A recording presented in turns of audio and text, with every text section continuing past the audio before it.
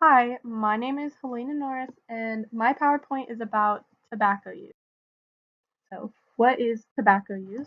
As a very loose definition, tobacco use can be defined as the regular consumption of tobacco products, and this can be through inhaling smoke, like cigarettes or like hookahs, I think, if I'm pronouncing that correctly, or chewing it. Some of these products, like I said, were cigarettes, which is actually, I believe, one of the most common and well known, or not common, but most well known forms of tobacco. And then alongside that are vapes, cigars, snuff, which is chewing it, and even more. But, anyways, despite the stigma surrounding smoking and using tobacco, it's still used across most, if not all, age groups. And there's actually been an increase in young adults using tobacco and smoking cigarettes. And to briefly explain this pie chart off to the right, I designed it to show the percentage of how many smokers there are within each age group. Like there's 8% of those aged 18 to 24 are in regular use of tobacco, and then 16.7% of those aged 25 to 44, 17% of 45 to 64-year-olds, and then 8.2% of those aged older than 65 regularly use tobacco every day. The deal with public health.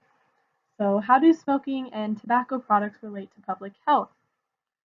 Smoking causes serious issues and has serious side effects, which makes this a serious threat to public health. Not only, one of the other main issues is how addicting tobacco and nicotine are. Addiction affects the smoker along with everyone surrounding them, and this can be due to secondhand smoke or even mental health, which are both issues in public health. And through my research, I actually found that smoking is the leading cause of preventable deaths and also can cause premature dying, as stated.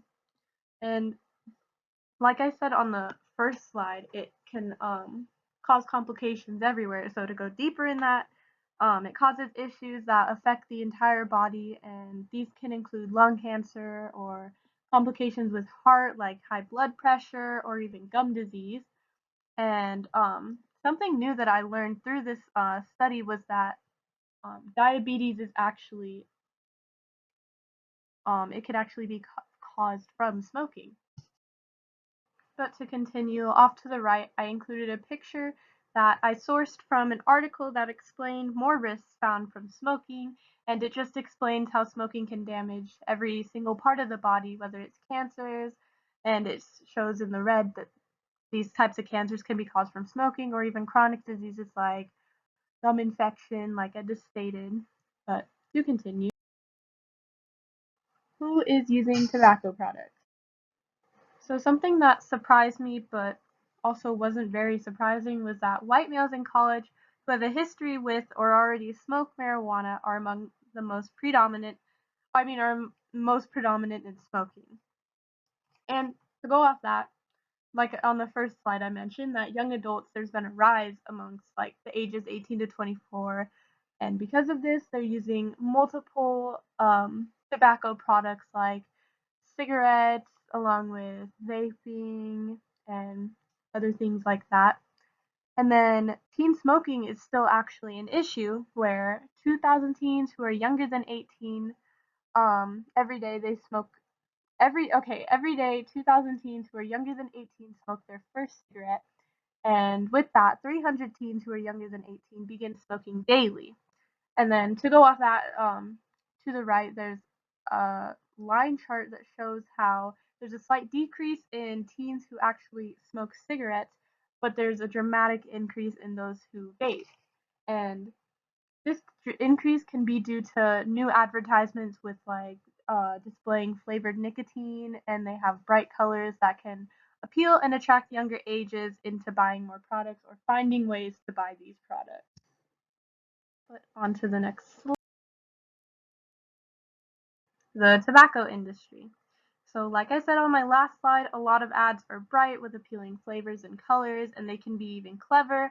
Like this one, it says, "I don't always vape, but when I do, I choose Vape Shark," and it uses Santa, or as they say, Kris Kringle, to advertise their vaping products. Um, but this is because the tobacco industry spends millions of dollars every year to advertise their products, whether they're new or old, and they advertise these by using, like I said, bright colors, flavors, and they add lower prices. And with these lower prices, there's discounts on cigarettes and other products, and this can actually affect the lower classes most because it attracts homeless people who are already susceptible to or dealing with addiction already. And because of these discounts, it's providing easier access for those most susceptible. And because this slide is about advertisements and the tobacco industry, I included a few billboards that I found, well, not that I found, but that I found on the internet through my research about how they advertise things. Like this blue ad shows that it says handy and easy vaping, which makes it seem like vaping's easier and better than nicotine. And it's basically saying that vaping is the better alternative when really it has the same effects on the body. So prevention strategies. This slide's pretty self-explanatory, so I'm going to move quickly through it. From the triangle of prevention strategies comes primary, secondary, and tertiary ways to prevent. So under primary, we have it's a very basic and well-known form of prevention, and that's abstaining from the use of tobacco products like altogether. And this can involve actually smoking cessation, which is, as stated on the slide, more commonly well known as quitting smoking. Secondary strategies would include checking your body, such as using like physicals or blood screenings to make sure that um, to see if there's any effects from the smoking on your body, which leads to tertiary preventive strategies, which is helping others with their effects, whether they're debilitating or even just for the moment. And this can involve treatment of like cancers or diseases that are brought on from the regular use of tobacco. But outside of the triangle, we have a few other strategies such as regulation, and this can involve raising the legal age. Like back in, I believe, 2019 or 2020, it was raised from 18 to 21 who are able to buy nicotine products, and this decreased the amount of people who are able to purchase these products, which prevents it from being more easily accessed. And other strategies under preventing from being easily accessed are smoke-free policies, restricting advertisements about how many products there are.